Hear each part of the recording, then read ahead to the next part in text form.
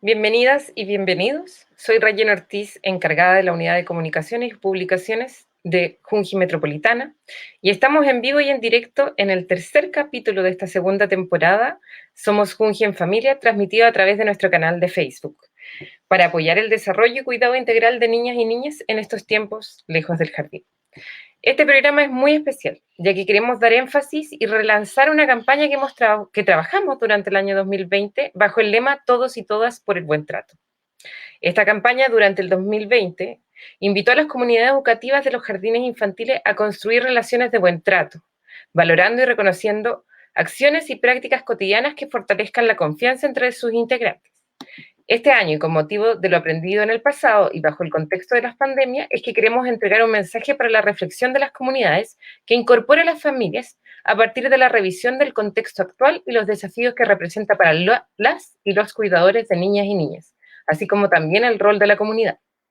Por ello, contamos hoy con la presencia del destacado director ejecutivo y uno de los fundadores de América para la Infancia, señor Esteban Gómez, psicólogo, titulado con distinción de la Pontificia Universidad Católica de Chile, magíster en Psicología Clínica y candidato a doctor de la misma casa de estudios. Hola Esteban, ¿cómo estás? ¿Qué tal? Un placer estar aquí con ustedes. Muchas gracias. Además, también queremos dar la bienvenida a la encargada de la Unidad de Buen Trato de la Subdirección de Calidad Educativa Junji Metropolitana, Evelyn Pizarro, trabajadora social de la Pontificia Universidad Católica de Chile. Hola Evelyn, bienvenida. Hola Rayén, hola Esteban, muchas gracias por Hola. participar en este espacio.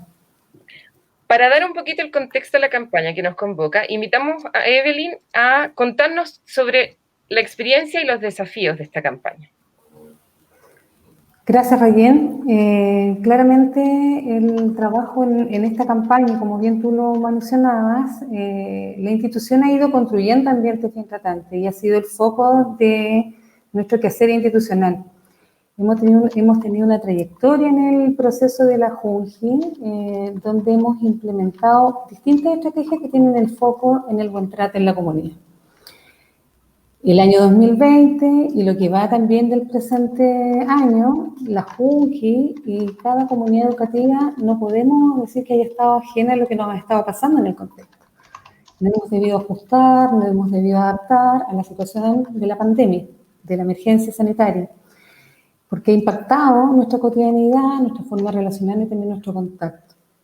Pero ahí hay una valoración de que efectivamente, a pesar de este proceso de adaptación y ajuste que se ha llevado por parte de todos los que componemos esta comunidad, los equipos han apostado en mantener los procesos educativos sumamente inclusivos, contenedores para todos los integrantes de la comunidad educativa. Y es por eso, y en ese afán de poder ir reconociendo a esta comunidad sensible que conforman cada uno de los unidades educativas, cada una de los niños y las niñas y también sus equipos, se nos planteó el desafío de poder, y como tú bien lo referiste, Rayén, de generar una iniciativa que era la campaña Todos y Todos por el Buen Trato, donde esta invitación que nosotros generamos en ese minuto era construir relaciones basadas en el buen trato, que donde los equipos educativos principalmente reconocieran prácticas y acciones cotidianas que permitiera poder visibilizar y poder retomar la confianza, las relaciones que efectivamente se establecían entre todos los integrantes. Y por sobre todo en constituirnos en comunidades sensibles para atender las necesidades que los niños y niñas tienen, presentan, sobre todo en el contexto del 2020, lo que llevamos a la fecha, y como también ir como comunidad apoyándonos y también cuidándonos mutuamente en ese proceso. Ahí en ese marco, los equipos educativos, y contarles a los que nos acompañan, que efectivamente nos compartieron sus experiencias del año 2020, donde ellos identificaron valores que favorecían el buen trato, donde incluyeron y desplegaron todos los recursos técnicos y pedagógicos, que lo estamos mostrando en este minuto, de algunas de las experiencias que efectivamente los equipos fueron significando y fueron dando cuenta de cómo poder, a pesar de este contexto que era desafiante, que era incierto, ir generando esta conexión respecto a las emociones, respecto a la cercanía y a esta comunidad sensible para niños y niñas que efectivamente no estábamos con la misma relación de contacto. Claramente, esta campaña no la podemos dejar de lado y darla por cerrada.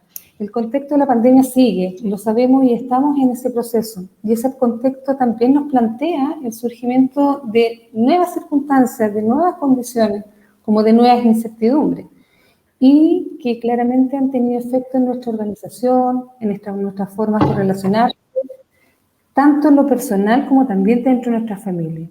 Si bien la campaña el año pasado estuvo centrada principalmente con los equipos educativos y en esa relación con los niños y sus familias, ahora queremos ver la oportunidad que este 2021 podamos retomar esta campaña, relanzar esta campaña e iniciar con este espacio de diálogo, con este espacio de reflexión, donde nos permita darle un mensaje a las familias que son parte de estas comunidades educativas, son parte de estas comunidades sensibles, donde nos permita conocer estos contextos y los desafíos que también este contexto nos lleva.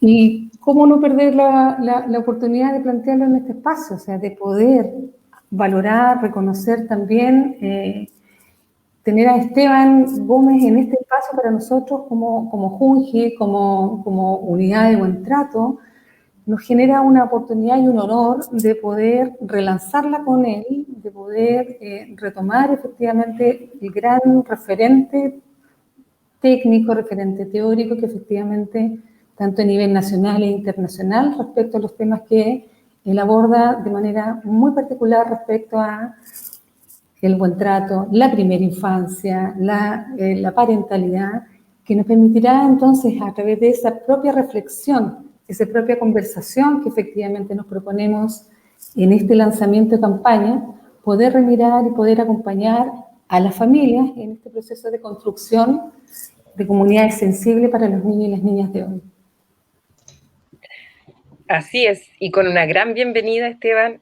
Nos alegramos mucho de que nos acompañes en este relanzamiento de la campaña y queremos un poquito escuchar tu mensaje. ¿Qué es lo que, más o menos en el marco de lo que ha explicado Evelyn, puedes referirnos hacia la familia, esta comunidad sensible?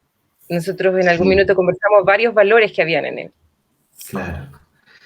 Bueno, partir saludando con un gran abrazo virtual. Lamentablemente ya no nos podemos dar esos abrazos que tanta falta nos hacen, pero ojalá el cariño se transmita a través de la pantalla y a través de ustedes a todas las colegas educadoras de jardines infantiles que estoy viendo que se están sumando, a las madres, a los padres, a las familias de esta gran familia Junji. Con Junji tenemos una historia de colaboraciones trabajando junto a la unidad de primera infancia de la Universidad Católica, reflexionando en torno a estos temas, a los desafíos que hay de cómo vamos construyendo un mundo más amable para nuestros hijos y nuestras hijas. Ese es el horizonte que nos mueve. Y yo creo que estamos todos de acuerdo en que queremos un mundo de buenos tratos. El tema es por qué nos cuesta tanto. ¿Por qué las cifras de maltrato siguen tan altas? ¿Por qué aparecen ahora en los medios de comunicación videos que nos aprietan el corazón? De niños que están siendo violentados, humillados, maltratados. Parece como una historia que nunca termine. Nos preguntamos qué ocurre, por qué nos cuestan tanto los buenos tratos a la infancia.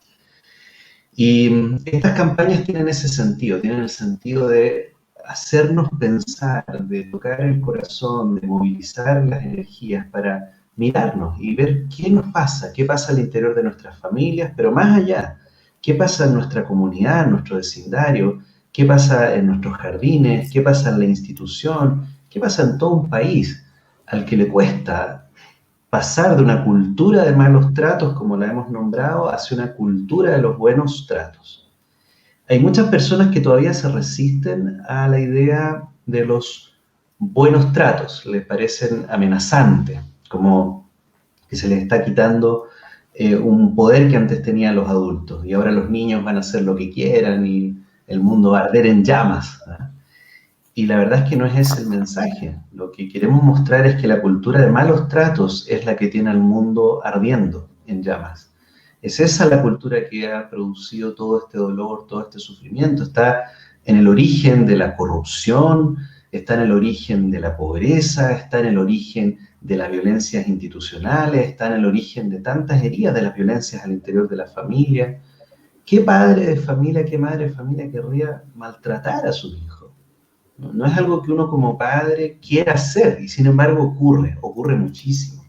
Y esa es una pregunta relevante. ¿Por qué? ¿Por qué pasa? Entonces estas campañas tienen ese sentido.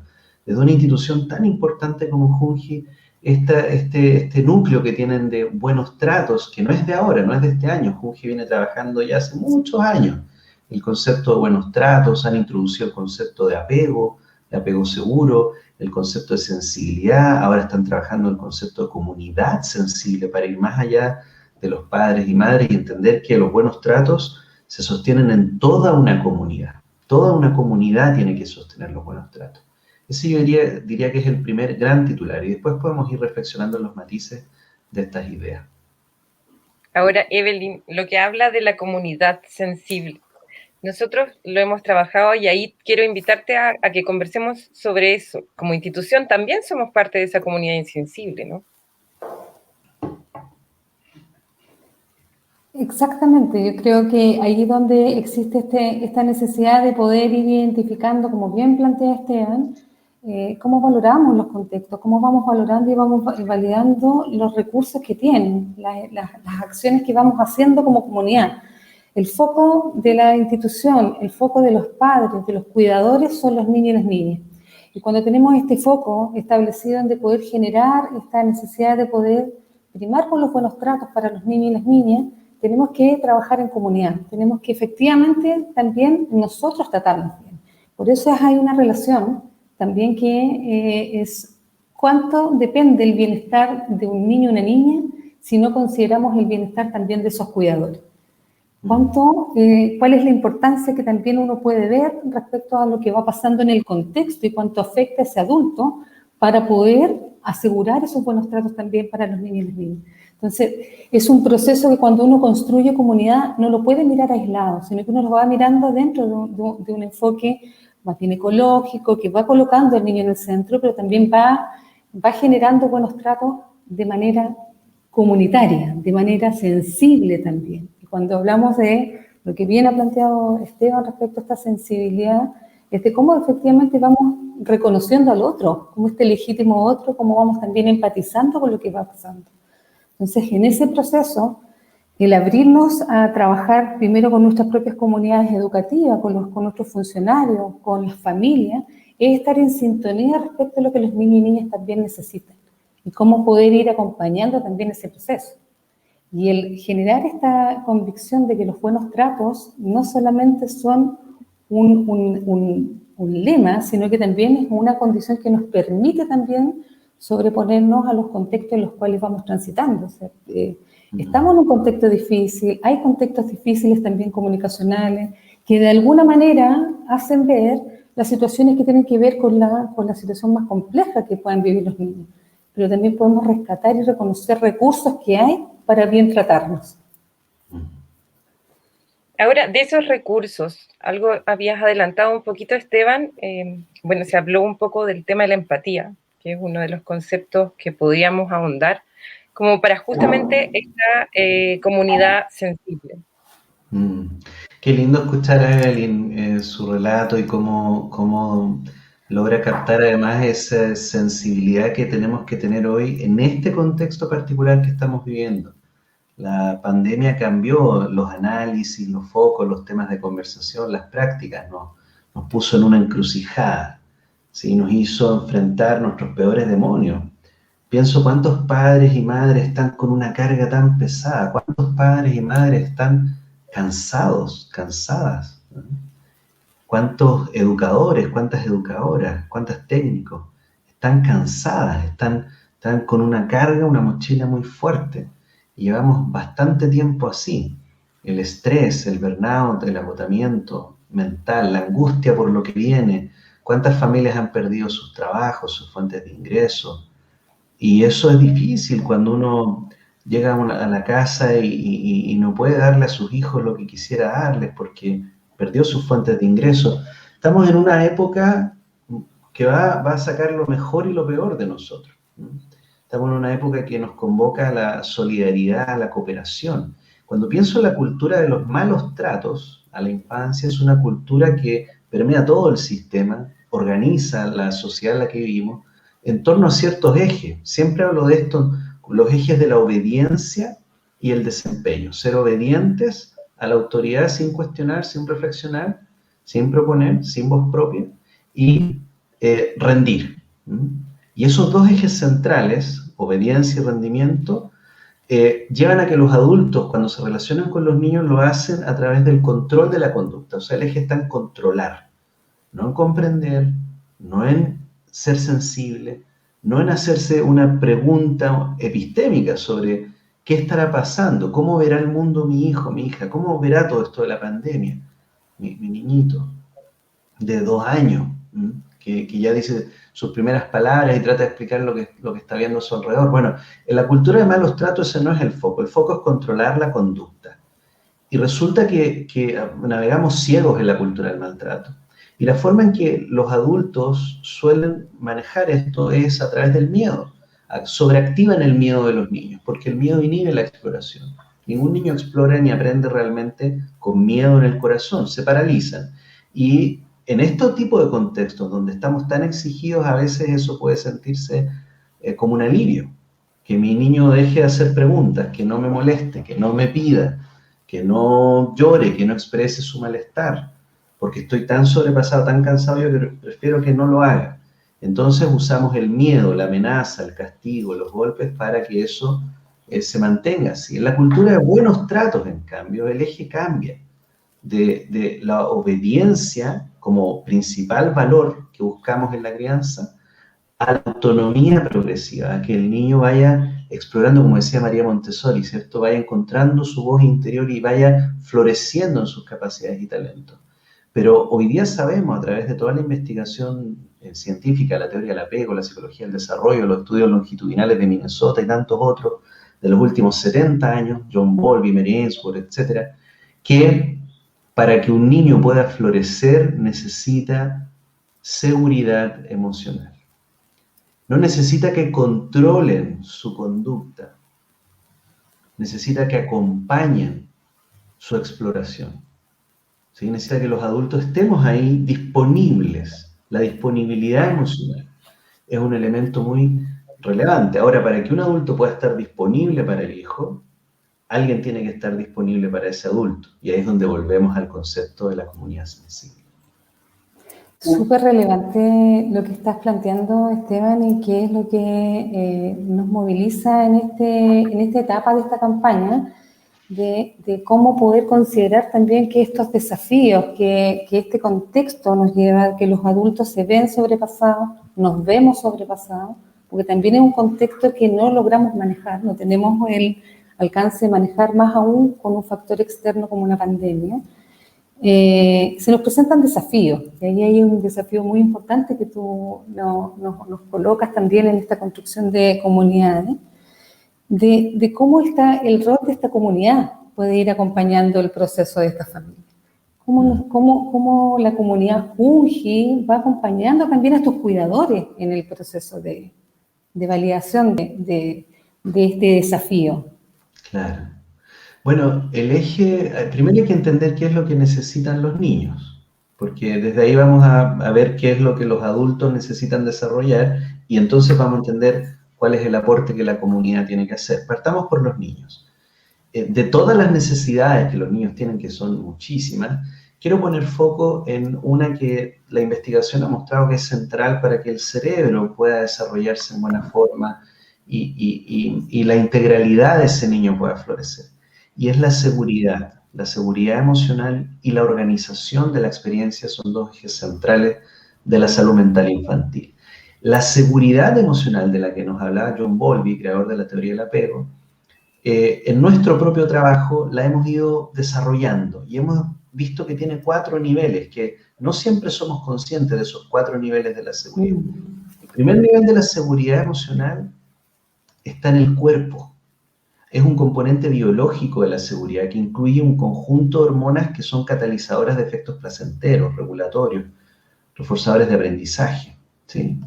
Entonces, el cuerpo del niño tiene que sentirse seguro. Por eso estamos contra los golpes, contra los castigos con restricción física, porque el cuerpo guarda el recuerdo, incluso aunque el niño no pueda relatar, aunque no tenga memoria biográfica, porque es muy chiquitito todavía, para eso el cuerpo guarda el recuerdo, nos dice Bessel van der Kolk, investigador en toda la línea de trauma. El cuerpo guarda el recuerdo y te cobra la cuenta 20, 30, 40 años después. Por ejemplo, destrozando tu sistema inmunológico, la tiroides, etc. Entonces, hay que entender que aunque el niño todavía no pueda explicar por completo su experiencia con palabras, el cuerpo lo está registrando, lo está almacenando. Cada experiencia está quedando inscrita en el cuerpo. Primer nivel. Segundo nivel, la seguridad tiene un componente psicológico, una mente segura, que incluye una representación, primero sensorial, cómo me siento con los otros, pero luego narrativa, cuando ya tengo palabras para decir quién soy yo, qué quiero, qué me gusta. Y los niños, a medida que experimentan cómo los tratamos cotidianamente, van sintiendo que son dignos de amor, dignos de ser cuidados, dignos de que haya alguien ahí presente y disponible para mí. O no, no soy digno de nada de eso. Y eso va teniendo efectos para lo que viene después. El tercer nivel de la seguridad es un componente relacional, lo que se llama un vínculo seguro, que convoca la figura de apego en la generación y mantenimiento a lo largo del tiempo. Entonces aquí los vínculos se vuelven muy importantes, los vínculos, que sean vínculos seguros, que sean vínculos de buen trato, ¿sí? Que eso es lo que hace que el niño confíe en sus relaciones y les pida ayuda cuando necesita esa ayuda. Y finalmente, y aquí vamos a ir conectando hacia la comunidad sensible, la seguridad emocional tiene un componente sociocultural, un mundo seguro, un cuerpo seguro, una mente segura, una relación o vínculos seguros y un mundo seguro, que hace posible los otros niveles, desde las condiciones ambientales de seguridad cotidiana hasta las creencias culturales que avalan los buenos tratos, versus las que promueven los malos tratos. Por eso es importante impactar ese nivel, el mundo seguro, porque el mundo seguro sostiene vínculos seguros que permiten una mente y un cuerpo seguro en ese niño o niña. Y dentro de ese mismo contexto, que es muy enriquecedor, esta reflexión que tú nos traes también respecto a cómo ir conectándonos también con este niño, con estas necesidades y también con cómo poder ir reconociéndolos en el proceso de esta comunidad sensible. Y el rol que efectivamente también cae en la comunidad de cómo poder ir acompañando esos procesos, sobre todo a los cuidadores, y que son en su mayoría también aquí nos acompañan tanto equipo educativo como también familia, que se han visto desafiados en este proceso. Y ahí el rol de la comunidad en este ámbito. ¿Cómo crees tú que podemos ir acogiendo, reconociendo su rol de cuidador con este gran proceso que tú nos compartes y reflexionamos? ¿Cómo podemos ir acompañando ese proceso en este involucramiento emocional que bien nos planteas en este proceso? Pero ¿cómo crees tú que podamos ir reconociendo y acogiendo a estos cuidadores? Lo que pasa es que estas son necesidades humanas, evolutivas, están desde hace milenios, o sea, es parte de lo que es ser un mamífero. Y en momentos de mayor estrés, cuando nos sentimos más amenazados, cuando nos sentimos más inseguros, se activa esta necesidad, que se llama sistema de apego. Se activa esa necesidad que va en busca de alguien que me proteja, que organice mi experiencia, que me dé seguridad en medio de la tormenta. Hay una frase que me encanta: quiéreme cuando menos lo merezca, porque será cuando más lo necesite. Eso necesitan los niños. Ahí, en la tormenta más oscura estoy, sigo aquí. Ahora, acabo de decir algo relevante. Dije, estas son necesidades universales de todas las personas. Estamos hablando de la necesidad de seguridad del niño, de una mente, un cuerpo, un vínculo, un mundo seguro. Bueno, esas mismas necesidades las tienen los adultos. Los adultos también necesitan sentirse seguros en su cuerpo, en su biología, en su mente, en sus relaciones y en el entorno. Entonces, ese segundo anillo de la seguridad emocional la da la comunidad. La comunidad le dice a esa madre, a ese padre: estoy aquí para ti, para que tú puedas estar ahí para tu hijo. Es una cadena de buen trato. Entonces, en la medida en que esa comunidad se preocupa de la seguridad física, psicológica, relacional y comunitaria de las familias mejoran su disponibilidad emocional para los niños. No es una responsabilidad individual, eso es algo que hay que romper, ese modelo neoliberalista que tenemos, que cada uno es responsable de sí mismo. No es así. Cuando una madre cae en el maltrato a su hijo, cuando le grita y pierde el control, es porque la comunidad también le ha fallado a esa madre, ha fallado en sostenerla, ha fallado en estar ahí para ella. Ahora, insisto que esto es una cadena sistémica, porque es un sistema de interrelaciones. Por lo tanto, la educadora que sostiene a esa madre, a esa educadora también necesita ser sostenida. Y ahí es donde empezamos en cómo la institución cuida a quienes se les pide cuidar. ¿Ya? Y de hecho estos mismos espacios que se instalan de poder reflexionar, no solo con los padres y las madres, sino que con las profesionales de Junji, es una señal institucional hacia sus profesionales en que le dicen, nos importa, estamos preocupados de su bienestar también, estamos creando estos espacios para acompañarnos en la reflexión, que ustedes después pueden llevar a las familias con las que trabajan y a sus propios hogares. Porque en el fondo la pandemia es algo que nos golpea a todos, no está focalizado en un grupo y otro está libre de eso. Entonces cuando decimos, oye, la familia la está pasando mal con la pandemia, bueno, la familia de la educadora también la está pasando mal, la familia del agente educativo también la está pasando mal. Y entonces hay que entender que es algo que nos está tocando a todos. Y por lo tanto, entre todos tenemos que encontrar la fortaleza para resistir y reconstruirnos. Va a haber mucho que reconstruir cuando termine esta pandemia. Ahora tenemos que resistir. Esa es la etapa de resiliencia personal, familiar, institucional, comunitaria, en la que estamos. ¿Sí? Y la resiliencia se sostiene en la matriz de vínculos. No es una característica individual que alguien tiene y alguien no tiene. Son procesos. Estas conversaciones son conversaciones promotoras de esa resiliencia que estamos buscando.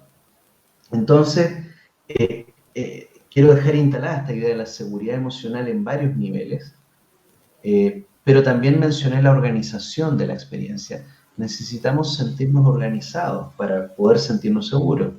Y esa organización tiene que ver con las rutinas que se han visto sumamente trastocadas y hemos tenido que encontrar nuevas rutinas.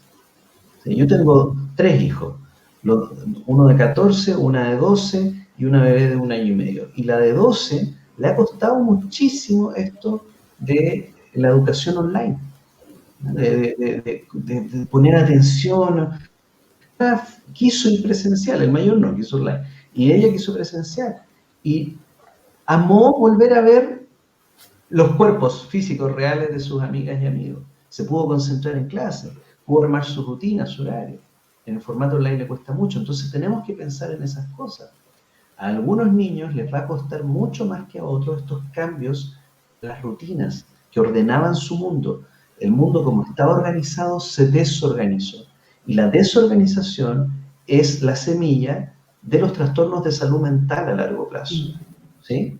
La desorganización de la experiencia, no un día, no una semana, pero cuando se vuelve crónica, se asocia a psicopatología. Perdemos salud mental, porque la salud mental precisamente tiene que ver con organizar la experiencia subjetiva. Entonces, ¿cómo aportamos seguridad emocional? Un eje muy relevante para que la comunidad sensible lo trabaje.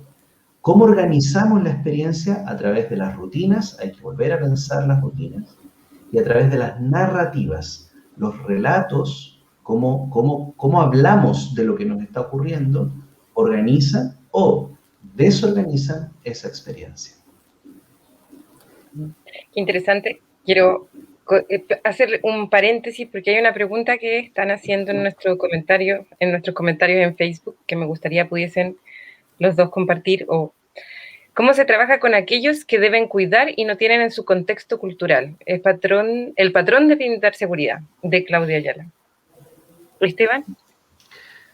Tremenda pregunta. Hay muchas puertas de entrada a esa pregunta. Quiero tomar una, porque en mi experiencia trabajando en múltiples equipos de investigación, con modelos de intervención en crianza respetuosa, competencias parentales, en distintos países, en distintas edades, a lo largo de los años nos fuimos dando cuenta de algo. Nosotros le enseñábamos a las familias estas prácticas de buenos tratos. de crianza respetuosa. Las familias amaban estas ideas, se motivaban, querían implementarlas y lo intentaban. Una semana, 2 semanas, todo bien, pero al mes empezaban a volver atrás. Y cuando nos explicaban lo que estaba ocurriendo, decían que se habían agotado, que el buen trato las cansaba. Y eso nos llamó mucho la atención. ¿Por qué el buen trato cansa? El maltrato no, pero el buen trato sí. ¿Por qué tratar bien a los niños? No se siente como algo natural, como una forma de ser natural. Te hablamos de la sensibilidad parental, la intentaste porque te hizo sentido racionalmente, pero después de un tiempo fue agotadora. Y parece más fácil gritarle al niño que escuchar al niño. Entonces empezamos a pensar por qué se hace tan difícil el buen trato. Y la respuesta a la que llegamos es que no habíamos visto la historia de vida de esas personas. Cuando vas a mirar la infancia de esa madre o ese padre al que le está costando el buen trato, te das cuenta que hay heridas muy dolorosas en su niñez. Hay una infancia, en muchos casos, en que fueron maltratados, fueron descuidados, no fueron reconocidos, no fueron vistos. Y eso forma esquemas que se llaman modelos operativos internos. Son esquemas que me acompañan toda la vida. Yo veo la realidad de esos esquemas, yo genero prácticas desde esos esquemas. Por lo tanto, si queremos que un cuidador que no tiene en su repertorio histórico, en su historia de vínculos, esos buenos tratos, si queremos que empiece a ofrecer buenos tratos a un niño, no basta simplemente con darle la información. Tenemos que trabajar con su historia. Tiene que sentir que hay un espacio seguro y organizado para revisar su propia historia. Y cuando eso ocurre al principio, las personas se defienden por lealtad con sus padres. Y tienen que entender que no estamos atacando a sus padres.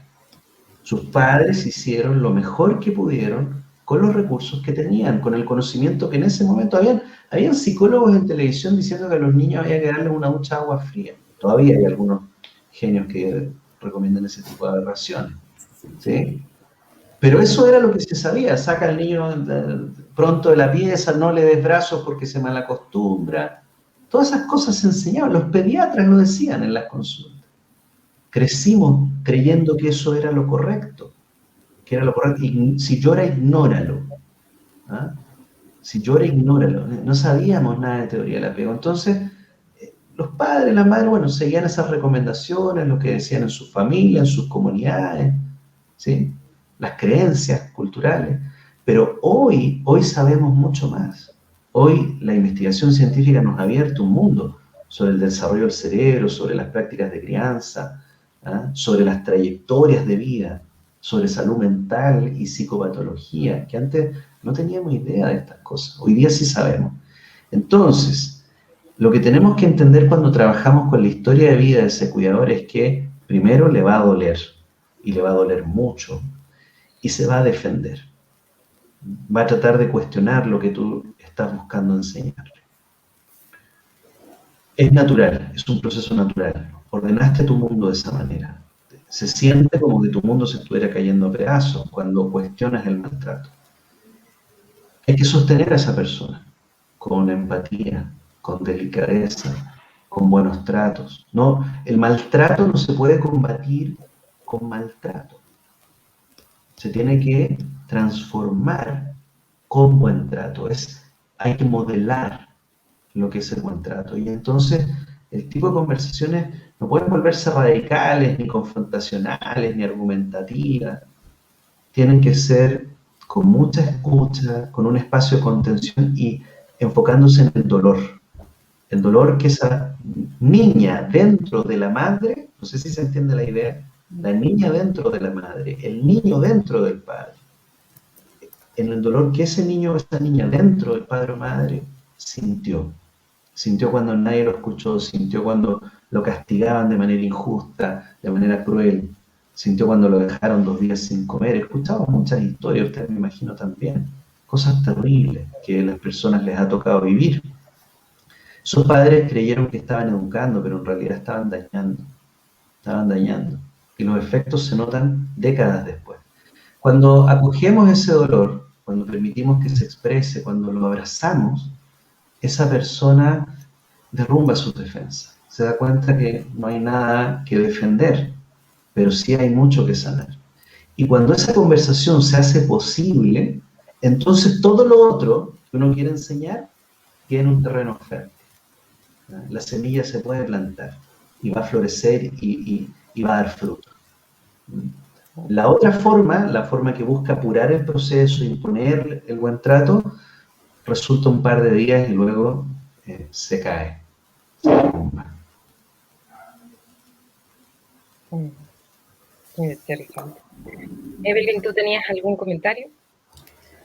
No, solo como, no comentario, sino que es como retomar lo que acaba de plantear Esteban, que genera este sentido de la disponibilidad, de estar disponible, de involucrarnos con el otro, de poder generar, me quedo con esto que bien plantea Esteban, de no opacar el maltrato con maltrato, sino que apostar a los buenos tratos. Y como esta comunidad, este soporte que efectivamente hemos ido conversando y reflexionando, es tan importante invisibilizarlo, es tan importante la disponibilidad de poder prestar la atención a aquellas necesidades y de estas necesidades que también, hace un momento que también responden a esta misma pregunta que desarrollan en el chat, que de alguna forma no es solamente una necesidad del niño, tenemos que trabajar también y tenemos que estar atentos a las necesidades de ese cuidador para poder sintonizar de cómo generar entonces a nivel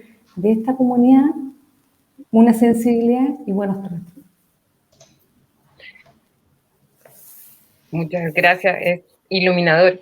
Ahora, Evelyn, yendo un poquito a la pregunta un poquito más concreta, yo sé que estamos con poco tiempo y tenemos en el chat incendiado con preguntas que también quiere hacer la gente. En términos de la comunidad, de lo que se quiere, esta comunidad sensible, que tiene que estar contenida, todos estamos en este minuto en esta nueva cuarentena masiva en la región metropolitana. Hay cosas que se pueden producir o reproducir en estas comunidades sensibles, en el sentido de llevar a lo práctico. Por ejemplo, cuando nos acompañamos o estamos junto a otro, hay más posibilidad de ayudar al otro, de, por ejemplo, ser más empático o tratar de cargar un poco. Esas acciones pequeñas ayudan en esta comunidad. Yo sé que es algo práctico, pero si pudiésemos como extrapolarlo. Sí, evidentemente la experiencia del buen trato es una combinación de millones de detalles, de experiencias, de momentos, de frases concretas que se dicen, ¿sí? De imágenes que se comparten, de relatos que se construyen. Entonces, toda acción, todo proceso que esté centrado en acompañar va en la dirección de los buenos tratos. Todo proceso que esté orientado a controlar va en la dirección de los malos tratos. Ahora, para ponerlo más en concreto, Ryan, aún estamos en una etapa en que se hace todavía más difícil porque precisamente no podemos tener el factor de la presencialidad, de la cercanía física, de ir a visitar al vecino y sentarnos. Se ha vuelto muy complejo eso, es peligroso, es riesgoso. Todos tenemos algún ser querido, alguna persona cercana, el papá de un amigo, que en este momento está en una situación crítica de salud, en la UTI, en la UCI, ¿cierto? Entonces sabemos que esto es algo delicado, sabemos que es algo real y todavía nos queda un buen camino para salir adelante. Entonces, ¿cómo ser una comunidad sensible cuando el factor de la presencialidad, de la cercanía, del contacto que calma, ¿sí? Ya no está presente? Y ahí pienso que la creatividad de las comunidades tiene que florecer, tiene que despertar. Es momento de que las mentes empiezan a encontrar nuevas posibilidades que antes no estaban. Esta, por ejemplo, esta es una posibilidad. Antes, ¿cuántos veíamos live y esas cosas? Yo hacía clases presenciales, esa era mi manera de enseñar. Me subía a aviones, iba por todas las ciudades dando conferencias, clases. Jamás me hubiera pensado que iba a estar enseñando a través de una cámara. Es raro esto, es extraño. Pero es lo que tenemos hoy. Y nos ha mostrado posibilidades interesantes que antes no teníamos. Nos ha abierto el mundo. Ha permitido que personas que antes no se podían juntar se reúnan. Entonces, a medida que la tecnología se va instalando, porque también hay que considerar esa variable, muchas familias no tienen los medios tecnológicos para que esta sea la solución y entonces va a haber que encontrar otras. Pero aquellas que sí están teniendo acceso a los medios tecnológicos, esto permite herramientas que antes no estaban a la mano, hoy están afortunadamente haciéndose más disponibles para las personas y por aquí tenemos que encontrar las formas creativas. Pienso en cómo ir dejando mensajes, no sé, en el vecindario, por ejemplo, ¿sí? Pegados en un árbol, en un diario mural de la Junta de Vecinos, en el boca a boca. Pienso en los mensajes de celular. En Uruguay, por ejemplo, Fundación América por la Infancia, en conjunto con universidades de Uruguay, trabajamos en un programa todavía estamos en esos 5 años llevamos ya, de crianza positiva. Y uno de los componentes, los centros CAIF, que es como el equivalente a la Junji, pero de Uruguay. Y uno de los componentes que añadimos a ese programa, que eran talleres grupales, presenciales, pero le añadimos un componente de mensajería de texto, ¿sí? Para que los celulares llegaran mensajes de aliento, de entusiasmo, de compromiso, ideas prácticas de cosas que las familias pueden hacer. Entonces, creo que tu pregunta va en el sentido correcto, pero no es de fácil respuesta, porque los parámetros que antes teníamos para responder esa pregunta hoy día no están. La presencialidad, la cercanía física se ha roto y hemos tenido que entrar en el terreno de la virtualidad, ¿ya? Y en ese sentido hay que volverse creativos. Un elemento adicional, Rayen y Evelyn, es que tenemos que pensar en las condiciones del sistema laboral, de los sistemas laborales, y en qué medida esos sistemas laborales han entendido lo que está en juego o no han entendido lo que está en juego. De qué forma esos sistemas laborales, quiero poner el foco ahí, en el trabajo, han aportado a que las comunidades puedan ser comunidades sensibles, o más bien han jugado en contra. Hay instituciones que lo han hecho increíble, hay empresas que lo han hecho increíble, que han flexibilizado, que se han adaptado, que han entendido lo que las familias están pasando, que han comprendido que para una madre, particularmente les ha tocado muy duro a las madres, pero también para los que somos padres involucrados, padres con paternidad activa, que no supera el 20% de los padres, pero va creciendo ese número, hombres que nos jugamos el pellejo en la crianza, se nos hace difícil, o sea, mira esta ojera. ¿Ya? O sea, yo para hacer esto, fue toda una logística interna para poder estar esta hora aquí sentado, porque me está esperando para que le acompañe al jardín, y es como, no, es que estoy trabajando. No estáis acá, los niños no entienden eso. Pues estáis acá, no estáis trabajando. El concepto de trabajar era que te ibas de la casa. Pero ¿cómo lo haces? Estoy en el comedor. En el comedor y todos me están viendo ahí. ¿Cómo no te van a pedir algo? ¿Cómo no te van a interrumpir?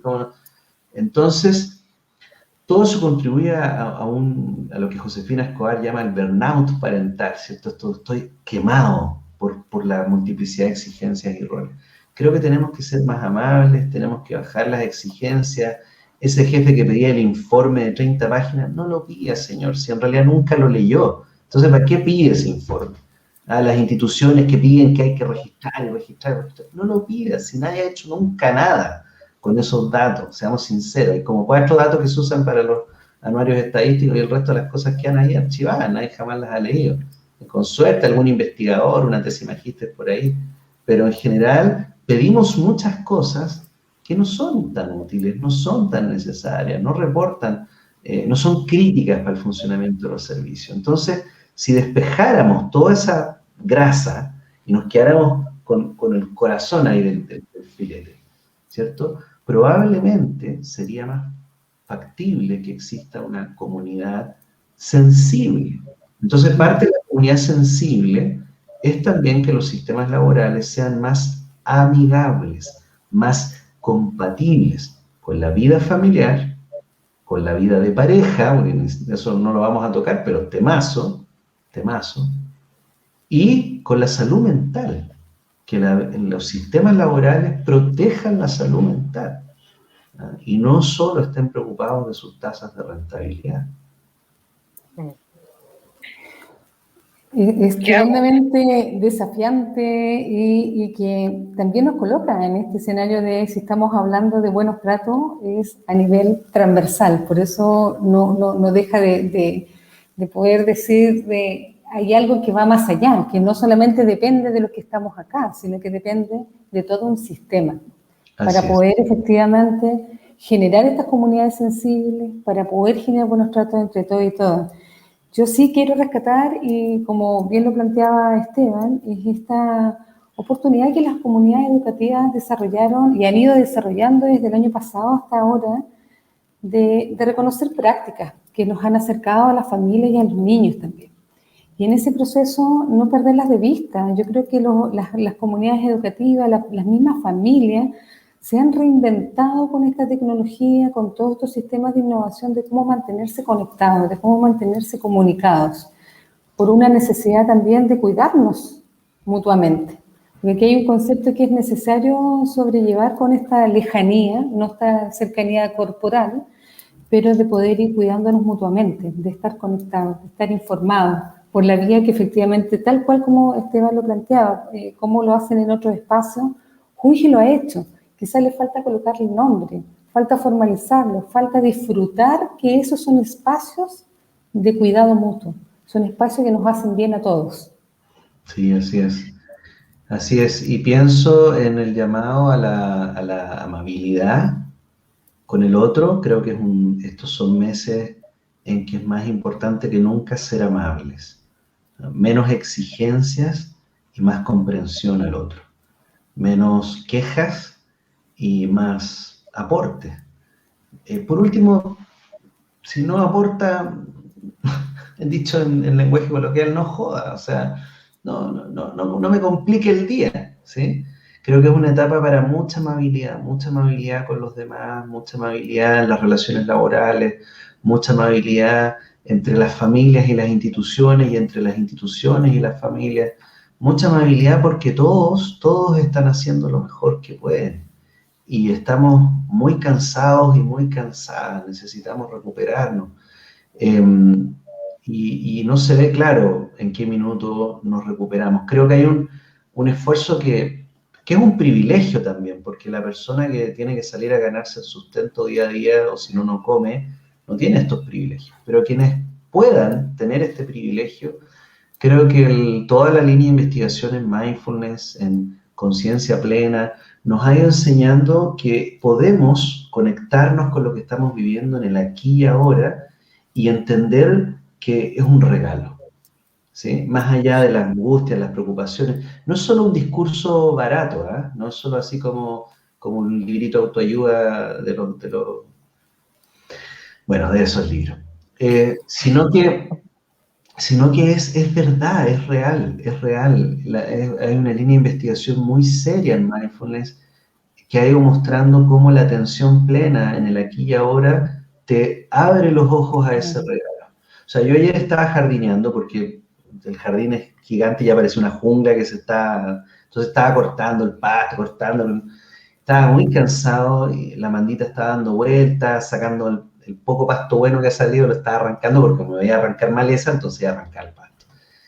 Y en un momento yo pensé, estoy cansado, mi mente estaba yéndose por un barranco, ¿sí? Hacia un lugar oscuro, ¿por qué tengo que estar haciendo estas cosas?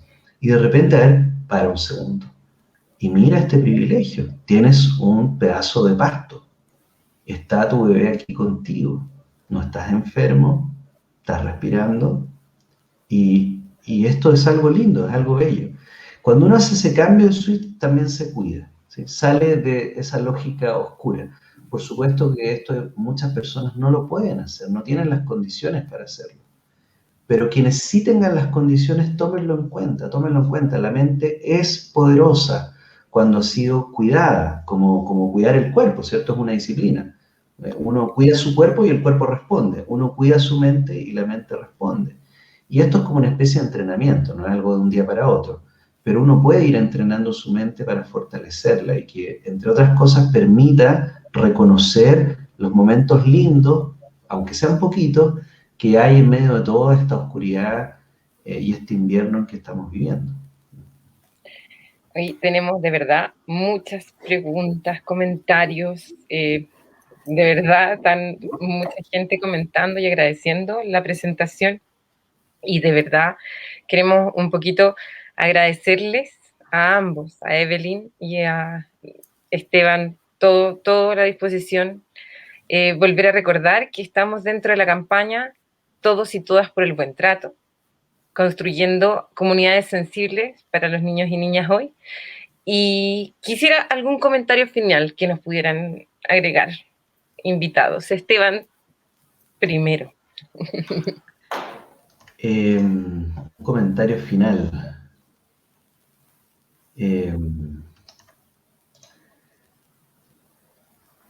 Yo haría esencialmente, les diría que estamos todos en esto, que estamos con cansancio, con dolor, con angustia, con pérdida. A todos nos ha golpeado en algún lugar, a todos nos ha quitado algo esta pandemia. Entonces, lo primero es saber que no estás solo, que no estás sola en esto, que hay más personas a quienes les importa lo que te está pasando, lo que está pasando con tu familia, y hay más personas a quienes de verdad les interesa, les importa tu hijo, tu hija. ¿Ah? Creer que en Junji hay profesionales que de verdad, de corazón, quieren sacar adelante a estos niños y a estas niñas.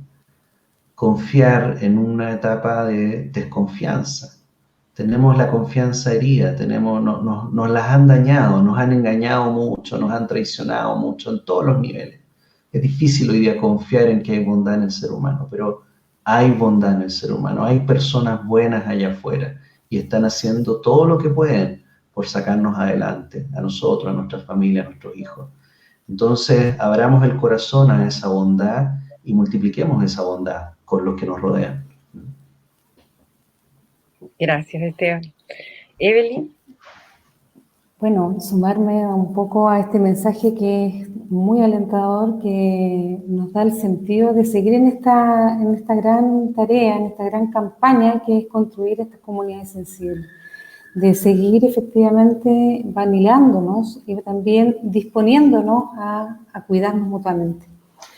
Porque los niños y las niñas necesitan este soporte, pero también nosotros como parte de esa comunidad tenemos que hacerlo parte, como esta bondad que bien plantea Esteban, que multipliquémosla. Efectivamente, el buen trato es para todas y para todos. No tiene un sentido de una discriminación para unos sí o para otros no, sino que es un buen trato para todas y todos. Bueno, agradecer y despedir nuevamente a nuestros invitados. Estuvo con nosotros Esteban, que estés muy bien, Evelyn. Y recordar que ante cualquier consulta o duda acerca de este tema o de otro tema, comunicarse con el Sistema Integral de Atención Ciudadana SIAC Región Metropolitana, que atiende de lunes a jueves de 8:30 a 17:30 y viernes de 8:30 a 17:30. Los teléfonos están apareciendo en nuestro chat y aquí abajo en el banner. Un abrazo y esperamos volver a encontrarnos en un nuevo capítulo. Que estén muy bien.